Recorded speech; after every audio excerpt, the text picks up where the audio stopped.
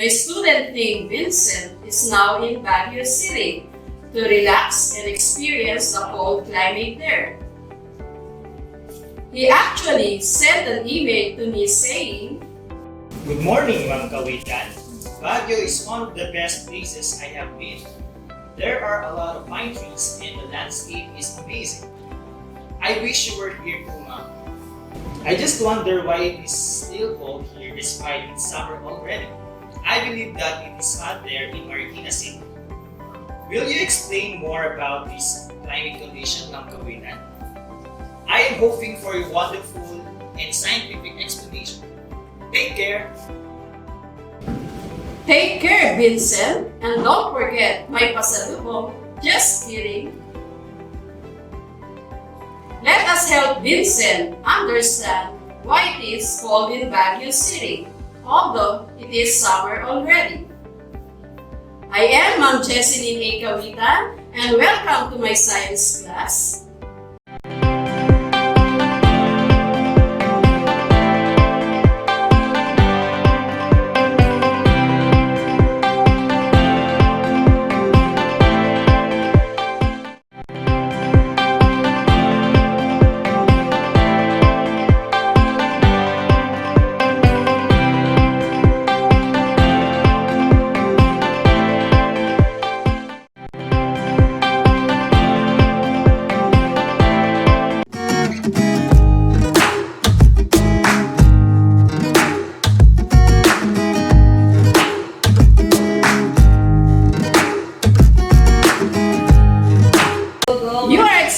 To explain how different factors affect the climate of an area. Specifically, you should be able to differentiate climate from weather, explain how altitude affects the climate, explain how land topography affects the climate, and explain how ocean surface and circulation directly affect the pattern of climate around the world.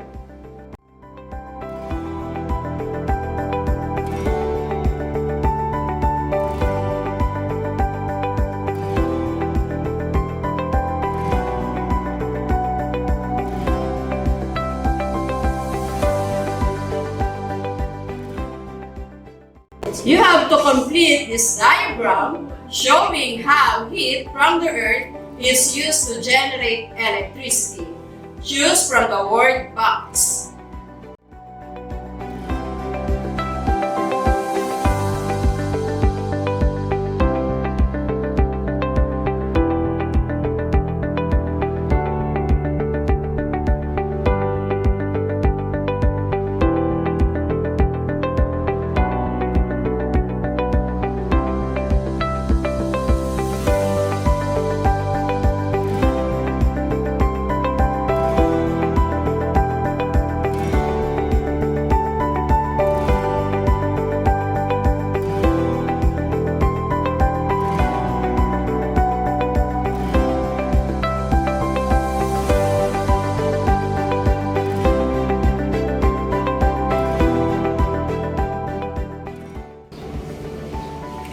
What Vincent is experiencing right now is normal because of the geography of the Baguio City.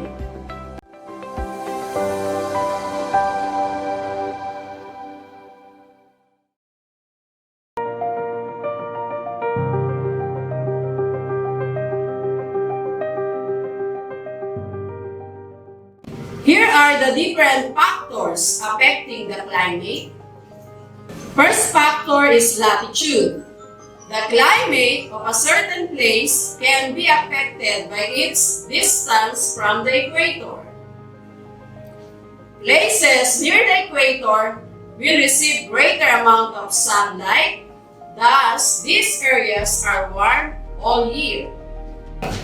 Places that are far from the equator will receive lesser amount of sunlight, thus these areas are cold all year. The higher the latitude of the area with respect to the equator, the colder the climate. The lower the latitude of the area with respect to the equator, the warmer the climate. The Philippines is located close to the equator. That is why we have warmer climate. If Philippines has warmer climate, why it is then cold in Baguio City?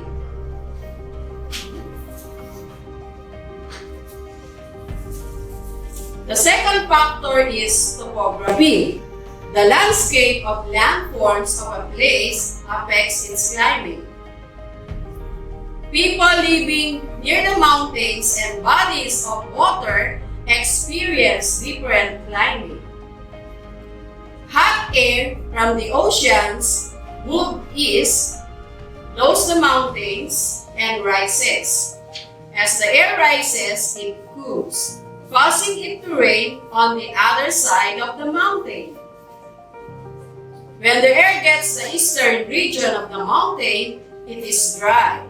This effect is known as a rain shadow. Third factor is ocean current. Great flows of water running in the oceans are called ocean currents. Some currents bring warm water to cool areas. Warm ocean currents stream from the tropical seas toward the polar areas. Other ocean currents bring cool water to warm areas. These currents influence climate in many parts of the world. Fourth factor is wind system. What is breeze all about? There are two types of breezes, land breeze and sea breeze.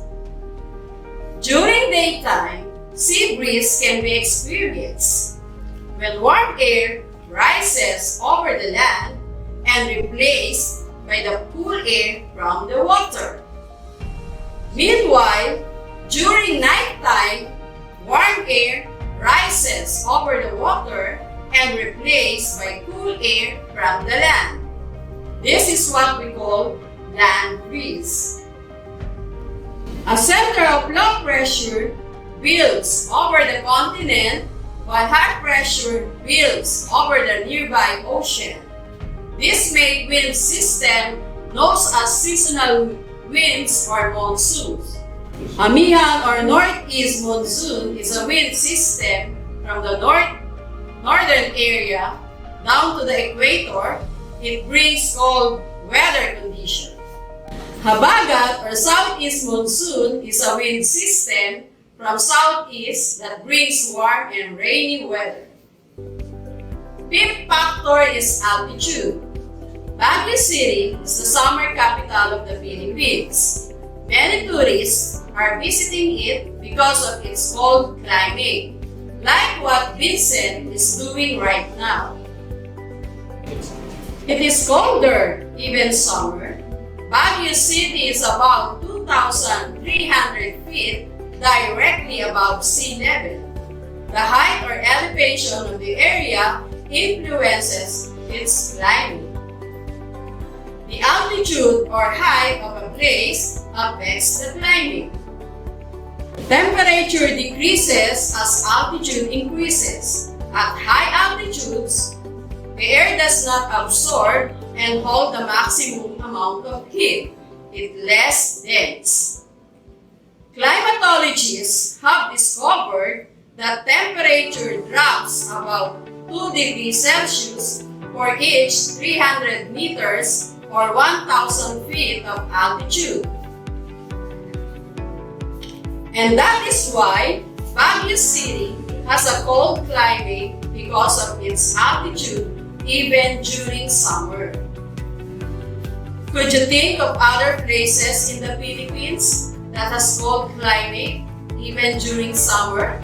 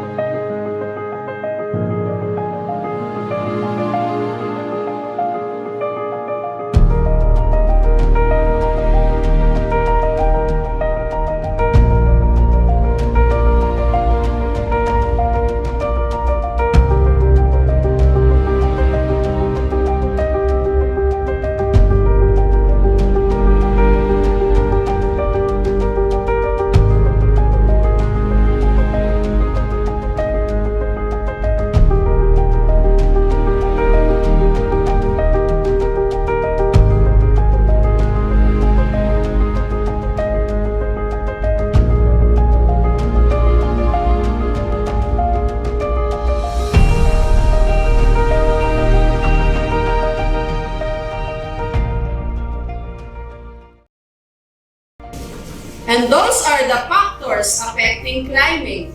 I hope you have learned something from this wonderful experience. I still have to send an email to Vincent about this question. I am Ma'am Jeselyn Caoitan. See you again in my science class.